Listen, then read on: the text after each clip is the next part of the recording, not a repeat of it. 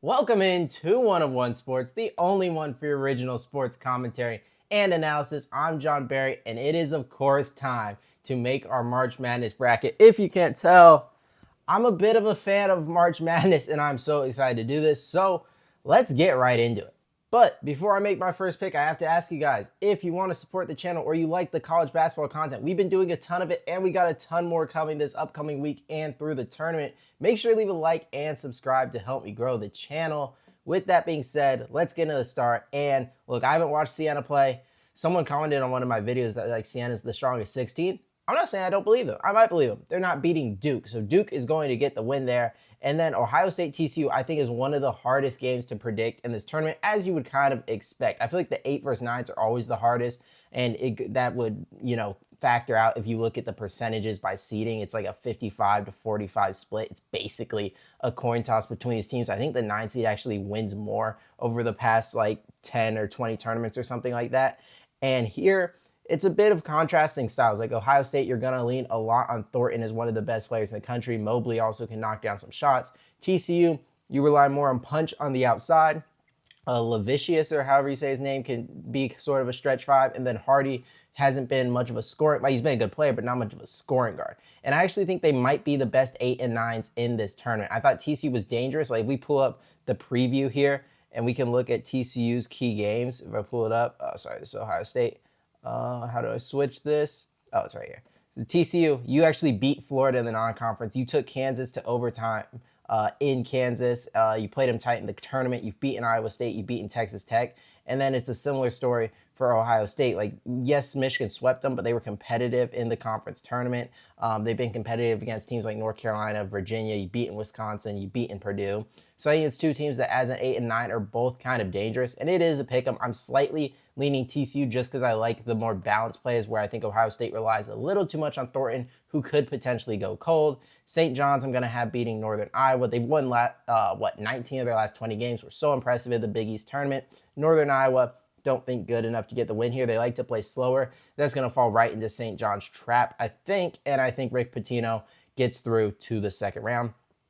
Also, this is just a ridiculous. We have Jon Scheyer and Duke as the number 1 overall seed, and we're going to have Rick Pitino and Bill Self and Tom Izzo and Danny Hurley all in this bracket. That is what, 2, 4, 6, that's 7 national championships in this region. That is absolutely absurd. Kansas playing Cal Baptist, I'm going with the Jayhawks. It is actually in San Diego, but Cal Baptist, not even the best team in the WAC. This is a conference I watched for a long time. I'm a GCU fan, and we were in the WAC up until this past year. And Cal Baptist was not as good as Utah Valley this season, but they got the win of the conference tournament after Utah Valley choked, missed the alley-oop to send it to overtime. And if you look at Cal Baptist, they lost to Utah, BYU, and Colorado. So you have a 3-game sample of worse Big 12 teams than Kansas, lost to all of them.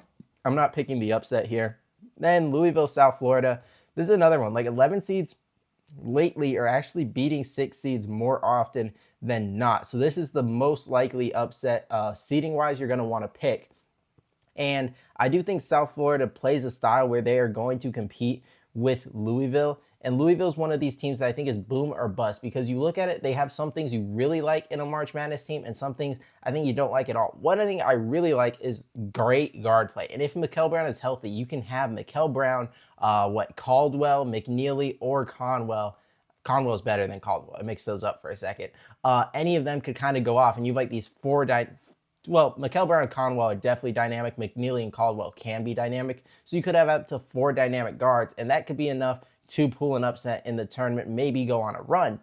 The thing you don't love, they didn't finish particularly strong. Mikal Brown isn't always healthy. There are some potential chemistry issues mixing in and out of the lineups. They also don't have a ton of size. South Florida, I think, is going to get the win here. They're playing better at the right time. They just won the American Conference. Isaiah Nelson is really good. And if we go to the preview, South Florida played some pretty good opposition and got some decent wins. Like Oklahoma State early in the year was really good, started undefeated for a while. You played them tight on the road. Same with you beat Utah State, who's a really good team. At Alabama, lost by 11, but you put up 93 points. So you can score. Could be a shootout with Louisville. I'm going to go with Isaiah Nelson and the South Florida Bulls to pull this upset. And then I'm not picking North Dakota State to upset Mr. March, Tom Izzo. can't do it. UCF, I think, is one of the weaker teams in this field. As long as UCLA is healthy, which Bilodeau has said to come back, I think Dent will play. Even if Dent doesn't play, I think you can beat UCF. To beat a team like UConn, though, who I do think beats Furman, you're probably going to need, Dent back to challenge that. I'm going to go down the full left side and then come back up to the right side before we move the second round. Again, we're not picking any 16 seeds. Maybe Fairleigh Dickinson happens. Maybe UMBC happens. But yeah, I'm not going to be predicting it. Clemson, Iowa, another one. Feels like a coin toss. I think Iowa, just because I'm picking Iowa. I like Bennett Sturts, better overall player in this matchup. Clemson, I think maybe a tad bit overseas. I feel like they had the advantage of playing in an ACC down the stretch that wasn't particularly strong, and they still lost some games. They didn't. Now, this would be in the Big Ten, like necessarily strongest. No, and like I said, it's a coin toss. I'm just barely going with Iowa. Vanderbilt McNeese is tough. I haven't watched McNeese play this year, unfortunately, and I missed their conference tournament final against Stephen F. Austin. But they were the 2 seed in the tournament, not the 1. Vanderbilt looked really good in the SEC tournament. Tyler Tanner, Duke Miles in the backcourt. And I want to see where are they playing this at. It would tell me Oklahoma City. It's interesting. I'm going to go with Vanderbilt just because of how good they looked in the SEC tournament. And McNeese, I want to see, because like I said, I did not watch McNeese play this year. I want to see, and I know Will Wade is gone. He's not, obviously he went to NC State.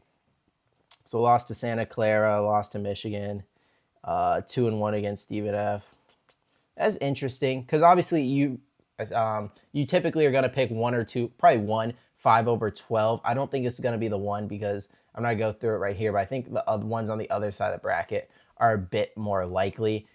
Here, this is one I hate to do it. I'm picking Troy to beat Nebraska. I think the pressure, like all week of them here, like Nebraska, first ever win in the NCAA tournament, I think it could get to them. I also think they're not the biggest team like Troy, so Troy won't have like a size problem. Like, where typically a lot of times the underseeded team's just not big enough. Troy won't really have that against Nebraska. And Nebraska's a little bit tight. They rely a lot on 3. If it's not falling, I could see the upset happening here to a Troy team that beat San Diego State on the road in overtime and only lost by 1 in a game they should have won, to USC on the road in overtime. So they've performed well in tough places to play against quality competition, because remember, USC early in the season was when they were healthy. Like Rodney Rice, I think, was still there, if I remember correctly. I know Chad Baker-Mazara was still there, and this was when they were, coming off Maui. They were a really good team. I think Troy's pretty solid. I think they pull the upset over Nebraska. North Carolina, VCU, another one. This is one I don't know what to do because VCU has been so hot down the stretch, but it's against like all A10 teams. And if you look at what they did in the non-conference, it's not impressive. Sorry, this is hard for me to navigate. Like you lost to Utah State tournament team, you lost to NC State tournament team, you lost to Vanderbilt tournament team, you lost to St. Louis in your conference, but you lost both times to them tournament teams. So what wins do you have over tournament teams? None. I don't like that going into March. I know they've been hot down the stretch. I know they won the A10, but when you don't have any quality wins, I can't get behind that. Even with North Carolina missing Caleb Wilson, I still think they can beat VCU here. And then Illinois beating Penn. Look, Penn, what TJ Power did against Yale was incredible. That last shot was one of the sickest shots I've seen all year. But at the end of the day, Penn was not a team that should have been in the NCAA tournament. They're not as good as Yale. They're a 14 seed. Illinois has the most efficient offense in the country. They're going to get the win. And then St. Mary's, Texas A&M. I'm going to advance Houston because I'm not picking Idaho to beat Houston. And Texas A&M is St. Mary's. This one's tough. St. Mary's, I feel like, usually always wins one game and then gets bounced. They also weren't great out of conference. Texas A&M, not a team I'm particularly impressed with either. And I do think I think a lot of these bubble teams on the SEC are a bit overrated. I'm trying to find, it's right there. I think your Missouris, your Texas A&Ms, your Auburn didn't get in, but your Texas, I'm not particularly impressed with a lot of these bubble SEC teams. So for that reason, I'm going to go St. Mary's to advance. Now we're going to go through the West region. Hopefully I'm not blocking anything, but I'll scroll as I do it. Arizona, obviously, over Long Island. And then I like Utah State. I've been in the past talked about how the Mountain West typically underperforms in the NCAA tournament. And I do think that could happen again this year when you get a team like Utah State, who I thought should have been a 7 or at least an 8, instead getting the 9. So a bit underseeded, but I also think it could work to their advantage. You could surprise someone this time It is the Mountain West only bid this year, unfortunately. As someone who roots for Grand Canyon, wanted to see us make it. We lost a free throw shooting contest to Nevada. Anyways, I think Utah State's better than Villanova. Has a really solid team. I think they advanced to play Arizona. High Point, Wisconsin is interesting. In Portland, Oregon. Where is High Point? Isn't it like North Carolina? Hold on, I'm gonna check that.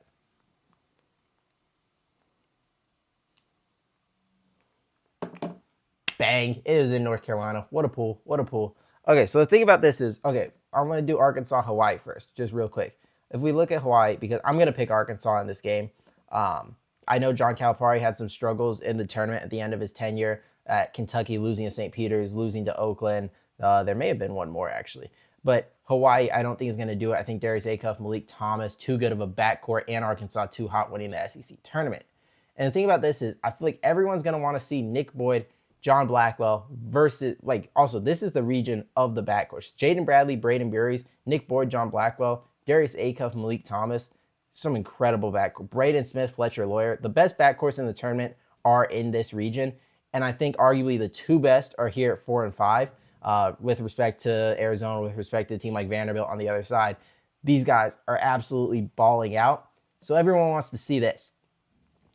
But I think High Point, with their high-scoring offense, with a second year of tournament experience, remember, they played Purdue last year, couldn't get it done. A big part of that, though, was Purdue was so big on the inside with Trey Kaufman, Ren giving High Point a lot of fits. Wisconsin doesn't really have that. So if they can play this high-octane offense, get into the upper 80s, low 90s in a game against Wisconsin, they have a better shot. I think this could be my 5-12. Maybe I'll switch it depending on what I do at the end.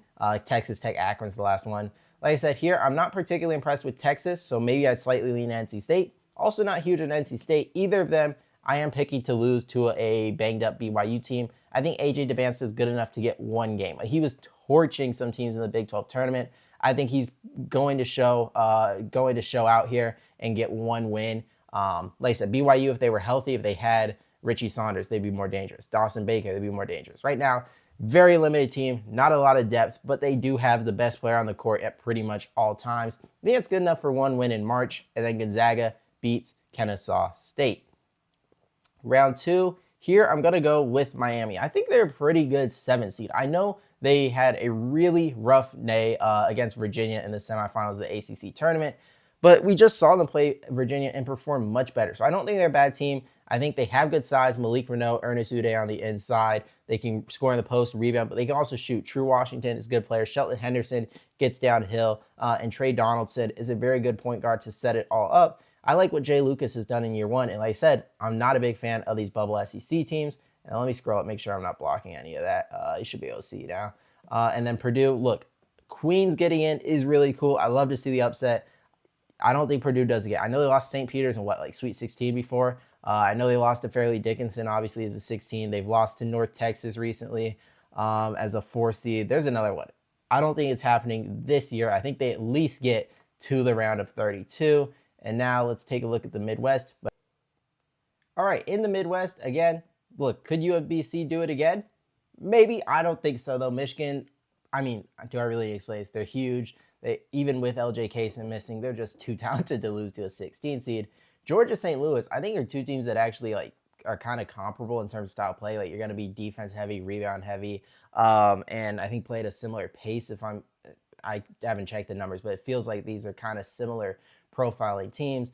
I was high on Georgia for the SEC tournament, thought they could make a run to the final behind their shot blocking ability, and then they lost to Ole Miss in the first round. St. Louis is a team that if you had asked me this a week or two ago, I would have clearly picked St. Louis to advance, but they lost 4 of their last 8 games. Didn't like how they played. George Washington could have beat them, and then Dayton did beat them. Neither of those are tournament teams, so I'm going to go with Georgia here, and this looks like a football matchup.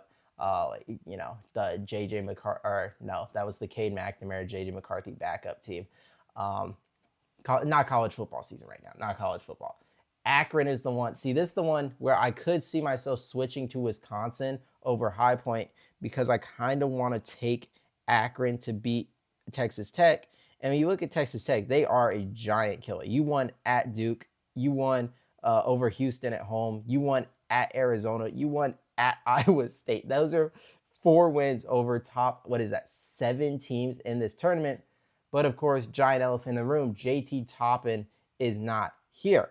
And when you look at Akron, Purdue beat them. That's really and then, a lot of models and analytics show they're actually better than Miami of Ohio, who went 31-1, got in as an at-large.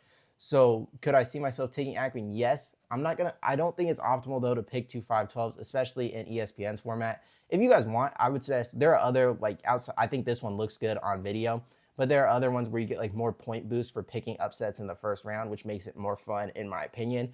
So I will definitely do some of those. I just don't think they look as I think ESPN's graphics look good to put on video.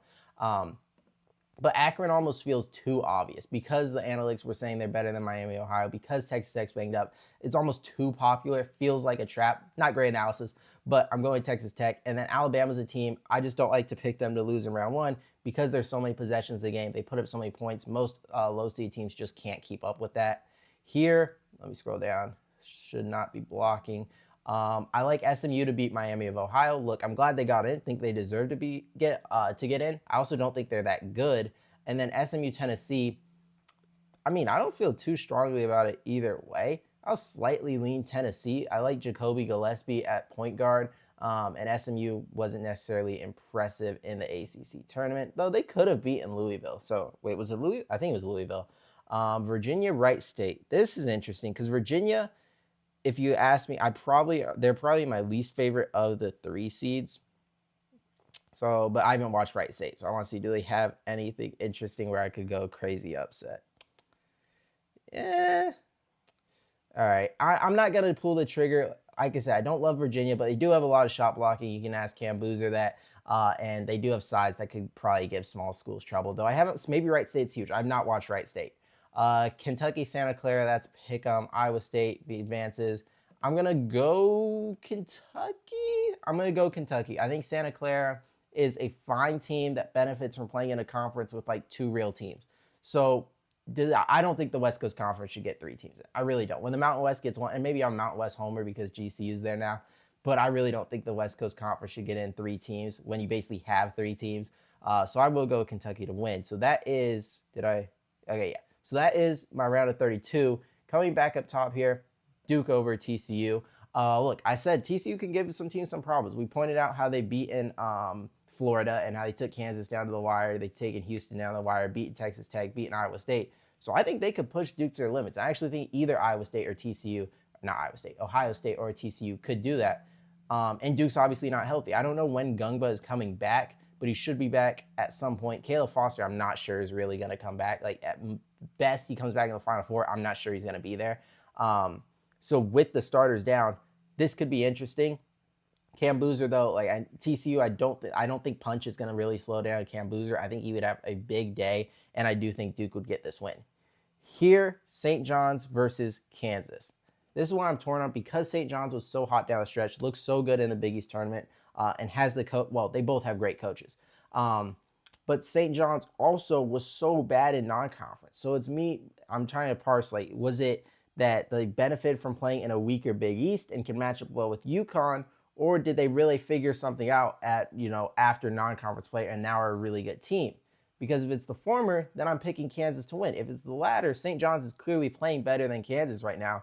And I don't even know if Kansas necessarily is better when Darren Peterson is playing, but they do have him fully playing now. And I would love to see Darren Peterson, Cam Boozer matchup in the Sweet 16, Bill Self, John Shire, Kansas, Duke. This would be awesome.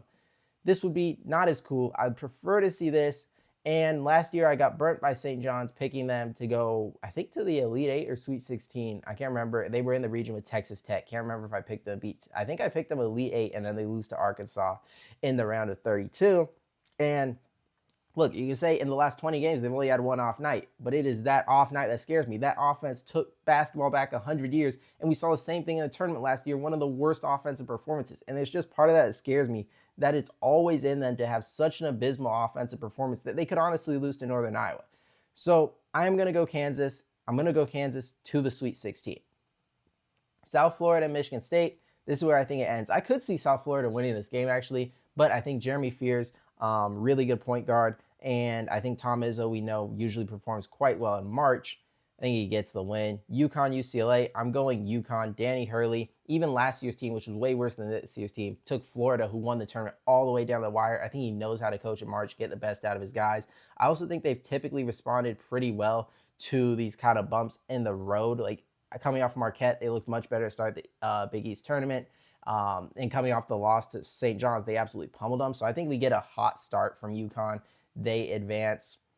Coming down here, Florida, Iowa. I'm going Florida. I don't think Iowa has the size to match up with the front court of Chinyelu, Condon, Hauk, Handglocklet. I think that's going to be too much for Iowa. Vanderbilt, I think, beats Troy. Like I said, I like what he did in the SEC tournament. Sets up a rematch here. Tyler Tanner, Duke Miles, two of the best guards. They're, like I said, another one of the best backcourts. North Carolina, Illinois. Don't think North Carolina has the firepower at this stage without Caleb Wilson to compete with an offense that shoots as well as Illinois does and scores as efficiently as they do. For that reason, the Illini advanced to Sweet 16. And then I talked about it earlier, St. Mary's usually feels like a one-and-done team. Kelvin Sampson and Houston, and a team that's maybe not as good as their prior teams, is still safely to the Sweet 16.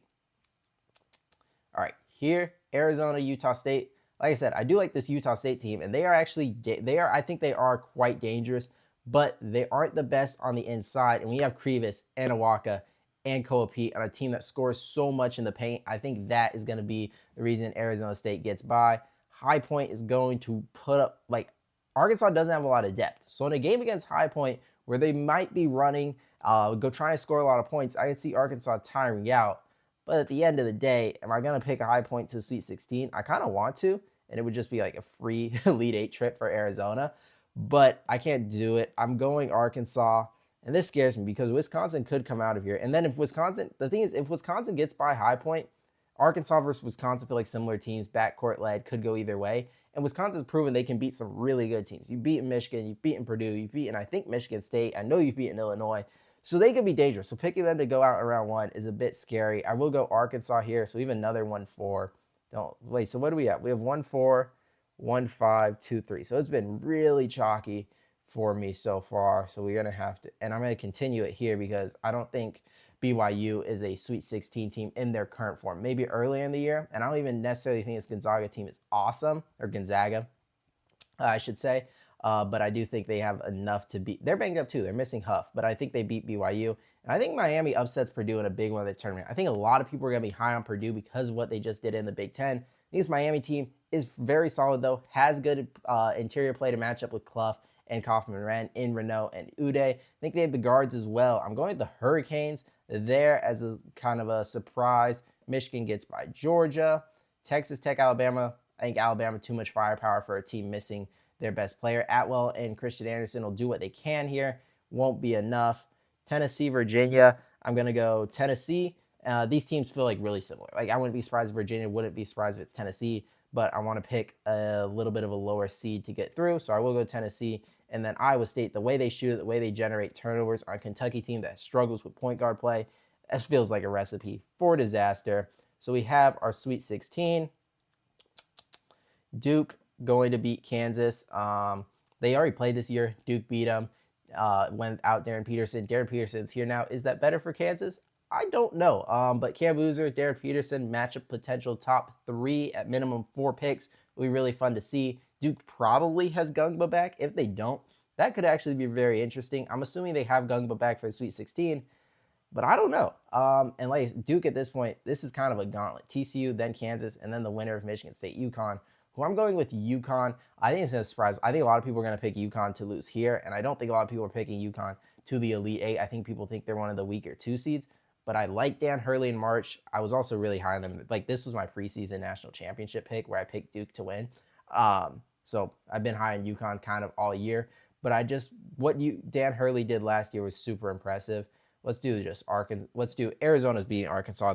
Arkansas is not more than a Sweet 16 team. They're playing like 7 players. They just don't have the horses at this point. And then Gonzaga, Miami. That's interesting because I do want to see Mark Few, Tommy Lloyd would be a really cool matchup to see in the tournament, kind of like master apprentice type of deal. But they're also banged up. They also rely a lot on one guy in the interior, Tom Grant Foster, GCU transfer, second best player. I'm going to go Miami to make a run here to the Elite 8 and upset Gonzaga. ruining the matchup that we kind of, or at least I would want to see in Lloyd versus Few. Vanderbilt, I think, has proven to be a mismatch for Florida. They were competitive the first time, and in the SEC tournament, just sort of exposed what Florida, like the issues with Florida. So I'm gonna go that, and then Houston, I think, is better than Illinois. I think they do it both sides of the ball. They're kind of interesting though, because Illinois like fouls the most in the country, but Houston doesn't draw any fouls. Like, if you look at it, they kind of have like strengths and weaknesses that neither team can really capitalize on. But I'm going with the Cougars. I think they're more talented. Would Kingston Flemings versus Keaton Wagler battling for like picks 5 through 6 here? Very cool to see. Michigan's beating Alabama. Too much size. Alabama, I will say, Alabama probably the most dangerous team in this top half to Michigan, because if they get hot from three, they can just put up points in bunches, and if you can't keep up with them, like, it's over fast. And then Tennessee, not good enough they can't keep up with Iowa State. If Iowa State's shooting well, and Tomlin Lipsey and Joshua Jefferson and Milan Momcilovic right now are playing so good, looking like a team that can finally put together after disappointing March Madnesses in the past. They got the experience, got the coach, they've got the shooting, they forced the turnovers. I like them a lot. And we have a 5-2, a 1-2, a 1 and a 7, and a 1 and a 2. So we've got Duke is better than UConn. So I think Duke is the toughest region, and this march through. So TCU, arguably the best 9, then beating Bill Self in Kansas, arguably the best 4, then beating Dan Hurley, UConn, and then you're in the Final Four. That's very impressive. And then Arizona, like Miami, the run ends here. Arizona would clearly beat Miami. Miami it's a bold pick to have them get there. Michigan State, Iowa State is another one too, is interesting. It is, because Iowa State is playing better. Well, I would say Michigan and Iowa State, I would say, are playing similarly right now. The size matchup of Mara Johnson and Lendenberg would be something Iowa State could struggle with. They haven't seen anything quite like that in the Big 12, because Arizona's a big team. They're not Michigan. But we also haven't talked about, like, Elliot Cadeau, huge X factor here. He needs to stay healthy. He needs to stay out of foul trouble. He needs to play well, because when he comes off the court with LJ Kaysen hurt, this Michigan offense completely stalls. I'm going to go with the Wolverines as 3 straight 1 seeds in the Final Four. I don't love that, but it's what I'm going to do. And then do we want to go 1-1-2 or do we want to go 1-1-5? I'm going to go 1-1-5 just because I want a lowered seed, and I'm not going Miami. So I'm going to go Vanderbilt as my surprise team of the tournament, getting the Final Four. They would obviously lose to Duke. Duke is way better. And then here, I think Jaden Bradley could give Elliot Cadeau some problems, and I do think Arizona's backcourt is better than Michigan's backcourt. Have Krivas and Awaka could make up for rebounding and defense against the likes of Mara and Johnson. I think Arizona is the better team. I think they're a deeper team. If Michigan was healthy with LJ Kaysen, I thought that Michigan team was the best team in the country. But what I've seen in Michigan without LJ Kaysen, I no longer think that. I think Arizona beats them. And then in Indianapolis, Duke versus Arizona, Koa Pete, Cam Boozer. We got Jaden Bradley and Braden Beeries here. Is Caleb Foster playing is a big factor. I'm not sure. I'm going Arizona to win the national championship. Tommy Lloyd never made it past the Sweet 16. Now goes all the way, wins it all on a team that doesn't shoot a lot of threes, but just kills you in the paint. Give me the Arizona Wildcats to win it all. With that being said, that is my final bracket. I'll go through it real quick again so you guys scroll through and see. And I hope you guys liked it. Make sure to comment, what do you guys think I got wrong? Who are you picking to win it all? What are your favorite upsets? All that, leave it in the comment section down below. Make sure to like, subscribe, and then tomorrow, this is big news. I've been working on a March Madness prediction model the past couple weeks, and tomorrow we're going to be making a bracket using that, see how it compares. So if you are interested in that kind of thing, make sure to check that out tomorrow for that video. With that being said, that's all I have. Thank you all for watching. Until next time.